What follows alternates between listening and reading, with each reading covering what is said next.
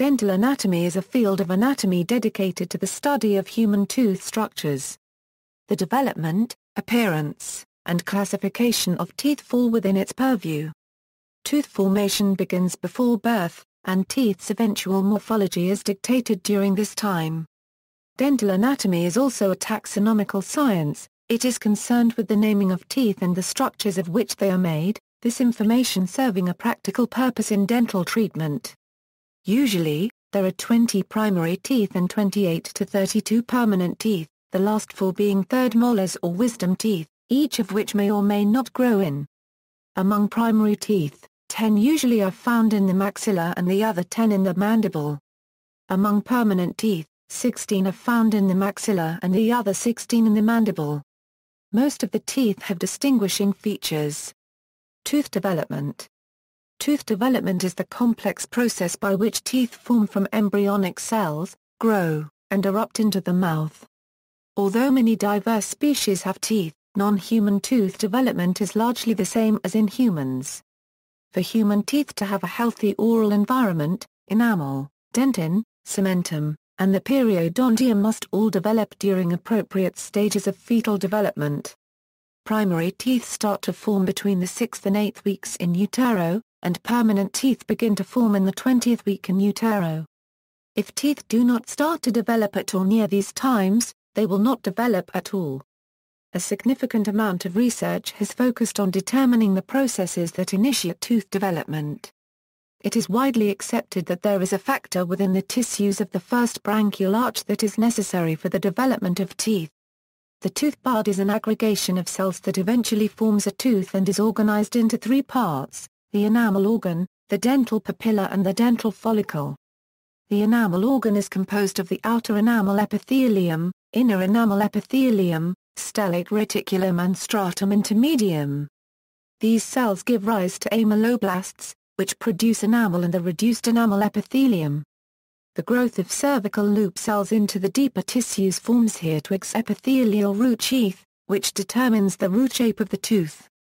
The dental papilla contains cells that develop into odontoblasts, which are dentin-forming cells. Additionally, the junction between the dental papilla and inner enamel epithelium determines the crown shape of a tooth. The dental follicle gives rise to 3 important entities: cementoblasts, osteoblasts, and fibroblasts.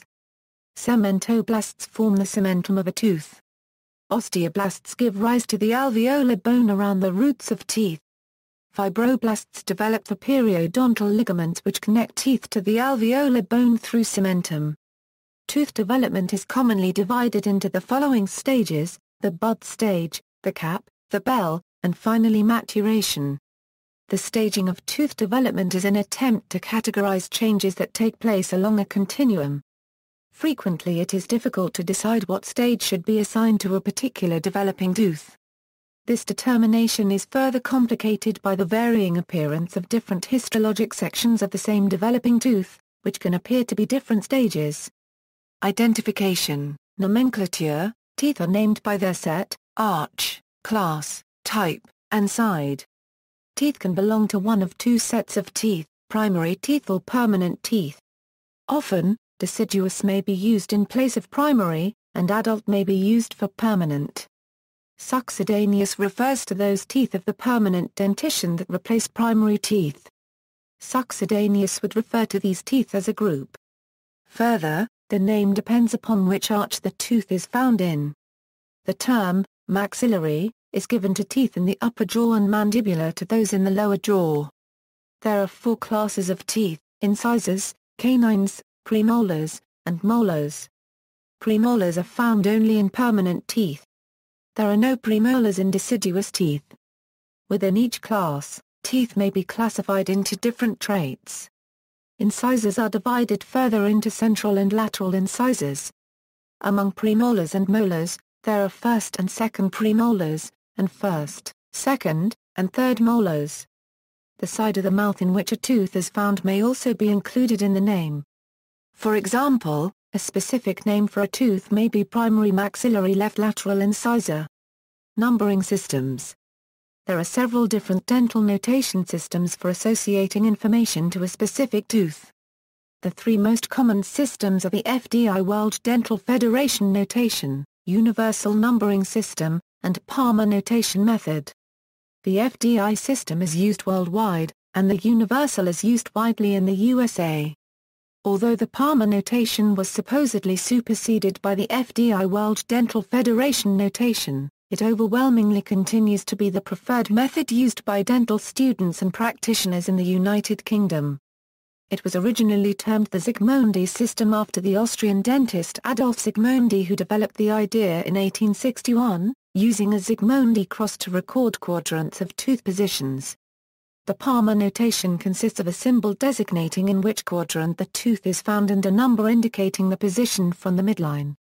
Permanent teeth are numbered 1 to 8, and primary teeth are indicated by a letter A to E. The universal numbering system uses a unique letter or number for each tooth. The uppercase letters A through T are used for primary teeth and the numbers 1 to 32 are used for permanent teeth. The tooth designated 1 is the right maxillary third molar and the count continues along the upper teeth to the left side. Then the count begins at the left mandibular third molar, designated number 17, and continues along the bottom teeth to the right side. The FDI system uses a two-digit numbering system in which the first number represents a tooth's quadrant and a second number represents the number of the tooth from the midline of the face. For permanent teeth, the upper right teeth begin with a number 1.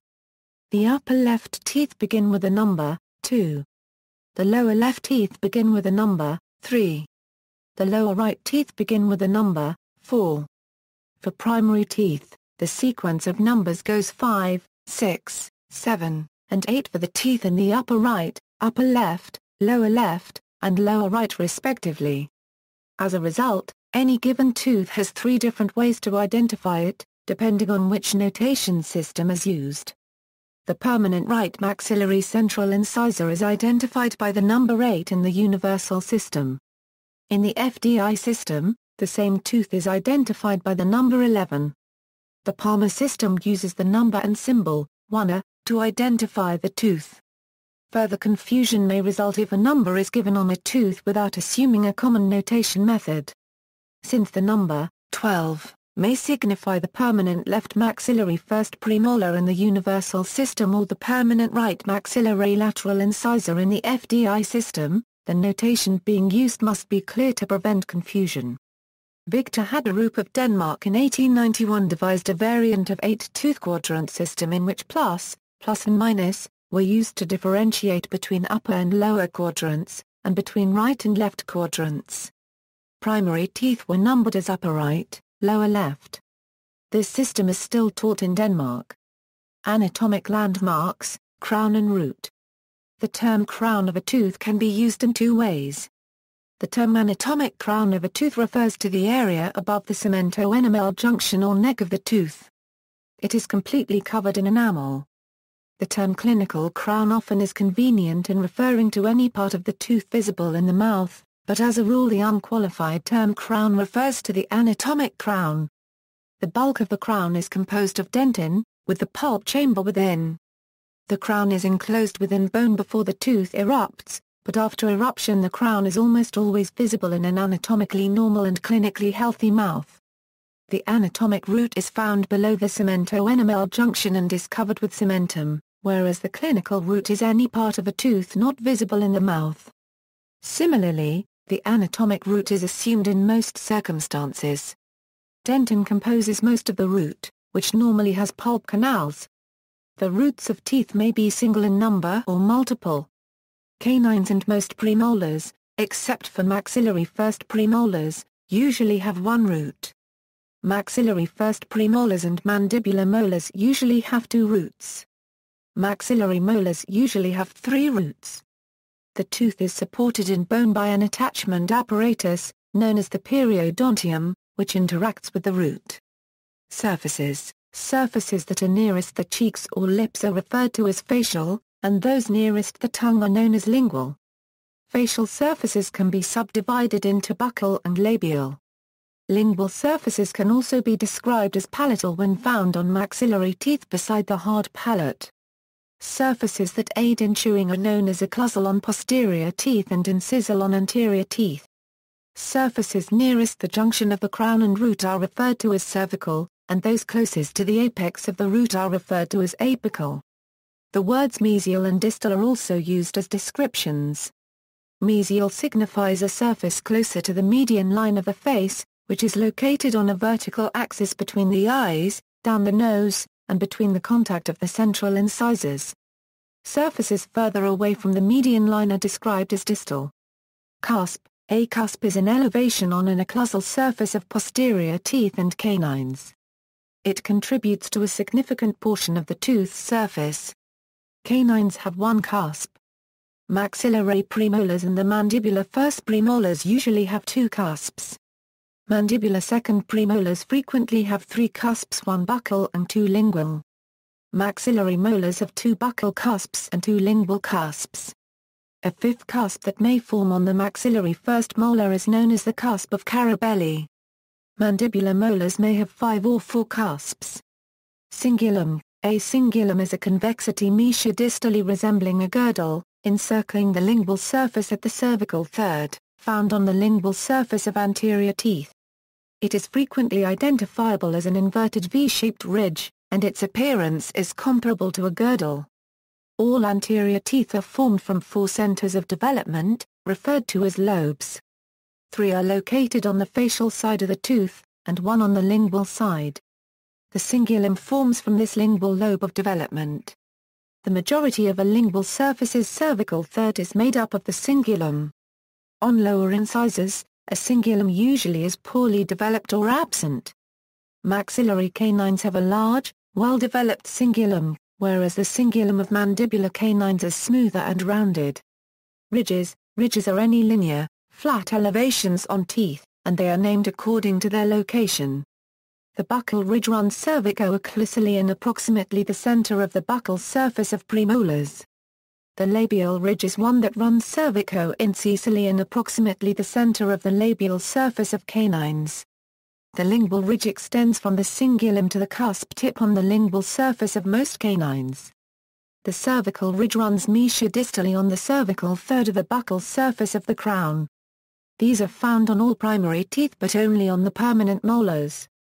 Cusp ridges are ridges that radiate from cusp tips. There are 2 marginal ridges, mesial and distal, present on all teeth.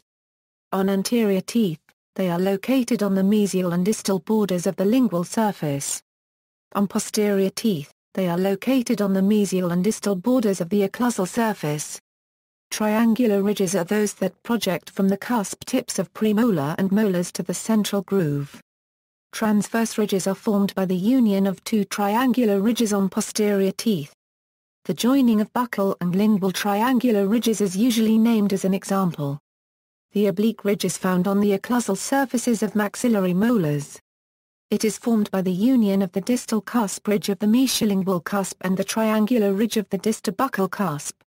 The oblique ridge usually forms the distal boundary of the central fossa. Developmental groove. The teeth demonstrating the least number of developmental grooves are the mandibular central and lateral incisors. However, the canines show the most prominent developmental grooves, because they have robust anchorage to the bone. Embrasures are triangularly shaped spaces located between the proximal surfaces of adjacent teeth. The borders of embrasures are formed by the interdental papilla of the gingiva, the adjacent teeth, and the contact point where the 2 teeth meet. There are 4 embrasures for every contact area: facial, lingual, occlusal or incisal, and cervical or interproximal space. The cervical embrasure usually is filled by the interdental papilla from the gingiva. In the absence of adequate gingival tissue, a black angle, or angularis nigra, is visible. Embrasures have 3 functions. They form spillways between teeth to direct food away from the gingiva. Also, they provide a mechanism for teeth to be more self-cleansing. Lastly, they protect the gingiva from undue frictional trauma but also providing the proper degree of stimulation to the tissues. Mamelons are usually found as 3 small bumps on the incisal edges of anterior teeth. They are the remnants of 3 lobes of formation of these teeth, the 4th lobe represented by the cingulum.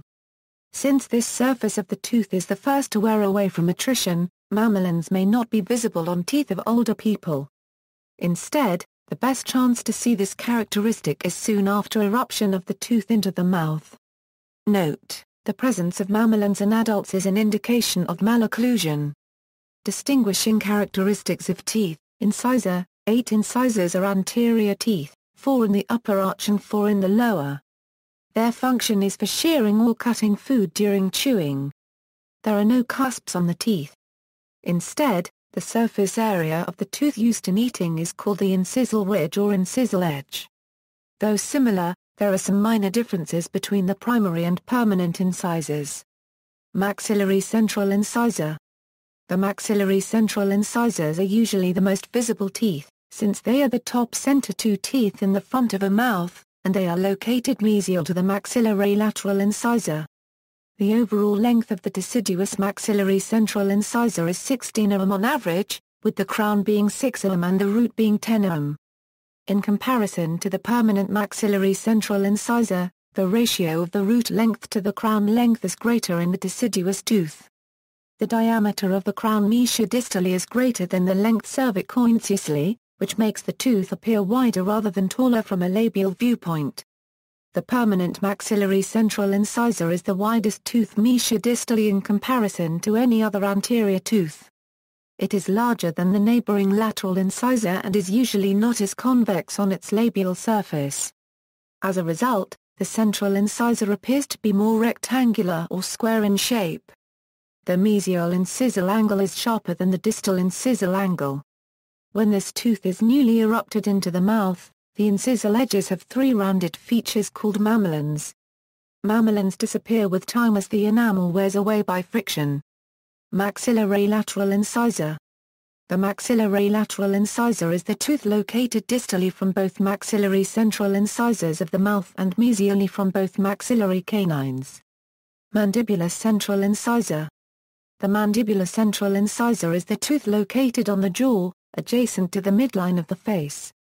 It is mesial from both mandibular lateral incisors. Mandibular lateral incisor.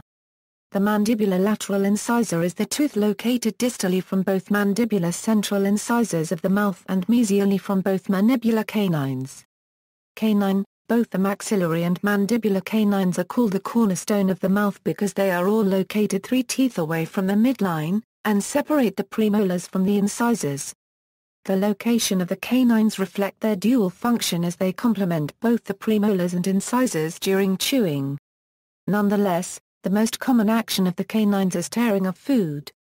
There is a single cusp on canines, and they resemble the prehensile teeth found in carnivorous animals.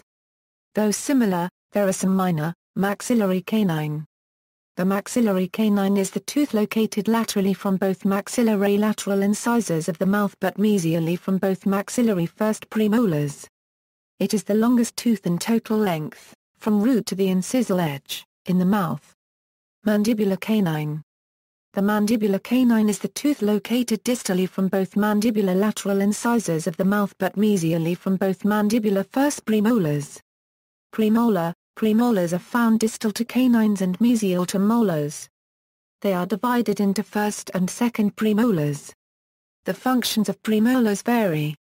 There are no deciduous premolars. Instead, the teeth that precede the permanent premolars are the deciduous molars. Maxillary first premolar. The maxillary first premolar is the tooth located laterally from both the maxillary canines of the mouth but mesially from both maxillary second premolars. The function of this premolar is similar to that of canines in regard to tearing being the principal action during chewing. There are 2 cusps on maxillary first premolars, and the buccal cusp is sharp enough to resemble the prehensile teeth found in carnivorous animals. There is a distinctive concavity on the cervical third of the crown extending onto the root. The maxillary first premolar is also bifurcated with 2 roots. Maxillary second premolar. The maxillary second premolar is the tooth located laterally from both the maxillary first premolars of the mouth but mesially from both maxillary first molars. The function of this premolar is similar to that of first molars in regard to grinding being the principal action during chewing. There are 2 cusps on maxillary second premolars, but both of them are less sharp than those of the maxillary first premolars. Mandibular first premolar. The mandibular first premolar is the tooth located laterally from both the mandibular canines of the mouth but mesially from both mandibular second premolars. The function of this premolar is similar to that of canines in regard to tearing being the principal action during mastication. Mandibular first premolars have two cusps. The one large and sharp is located on the buccal side of the tooth. Since the lingual cusp is small and non-functional, which means it is not active in chewing, the mandibular first premolar resembles a small canine. Mandibular second premolar. The mandibular second premolar is the tooth located distally from both the mandibular first premolars of the mouth but mesially from both mandibular first molars. The function of this premolar is to assist the mandibular first molar during mastication. Mandibular second premolars have three cusps. There is one large cusp on the buccal side of the tooth. The lingual cusps are well developed and functional, which means the cusps assist during chewing. Therefore, whereas the mandibular first premolar resembles a small canine, the mandibular second premolar is more like the first molar. Molars are the most posterior teeth in the mouth. Their function is to grind food during chewing. The number of cusps, and thus the overall appearance, vary among the different molars and between people. There are great differences between the deciduous molars and those of the permanent molars, even though their functions are similar. Permanent maxillary molars are not considered to have any teeth that precede them. Despite being named molars, the deciduous molars are followed by permanent premolars. The third molars are commonly called wisdom teeth. Maxillary first molar. The maxillary first molar is the tooth located laterally from both the maxillary second premolars of the mouth but mesially from both maxillary second molars. There are usually four cusps on maxillary molars, two on the buccal and two palatal. Maxillary second molar. The maxillary second molar is the tooth located laterally from both the maxillary first molars of the mouth but mesially from both maxillary third molars. This is true only in permanent teeth. In deciduous teeth, the maxillary second molar is the last tooth in the mouth and does not have a third molar behind it. The deciduous maxillary second molar is also the most likely of the deciduous teeth to have an oblique ridge. There are usually four cusps on maxillary molars, two buccal and two palatal. Maxillary third molar. The maxillary third molar is the tooth located laterally from both the maxillary second molars of the mouth with no tooth posterior to it in permanent teeth. In deciduous teeth, there is no maxillary third molar. There are usually four cusps on maxillary molars, two buccal and two palatal. Nonetheless, for this tooth, there are great variances among third molars, and a specific description of a third molar will not hold true in all cases. Mandibular first molar. The mandibular first molar is the tooth located distally from both the mandibular second premolars of the mouth but mesially from both mandibular second molars. It is located on the mandibular arch of the mouth, and generally opposes the maxillary first molars and the maxillary second premolar. This arrangement is known as class occlusion. There are usually five well-developed cusps on mandibular first molars, two on the buccal, two lingual, and one distal. Mandibular second molar. The mandibular second molar is the tooth located distally from both the mandibular first molars of the mouth but mesially from both mandibular third molars. This is true only in permanent teeth. In deciduous teeth, the mandibular second molar is the last tooth in the mouth and does not have a third molar behind it. Though there is more variation between individuals to that of the first mandibular molar, there are usually four cusps on mandibular second molars, two buccal and two lingual. Mandibular third molar. The mandibular third molar is the tooth located distally from both the mandibular second molars of the mouth with no tooth posterior to it in permanent teeth. In deciduous teeth, there is no mandibular third molar. For this tooth, there are great variances among third molars, and a specific description of a third molar will not hold true in all cases. References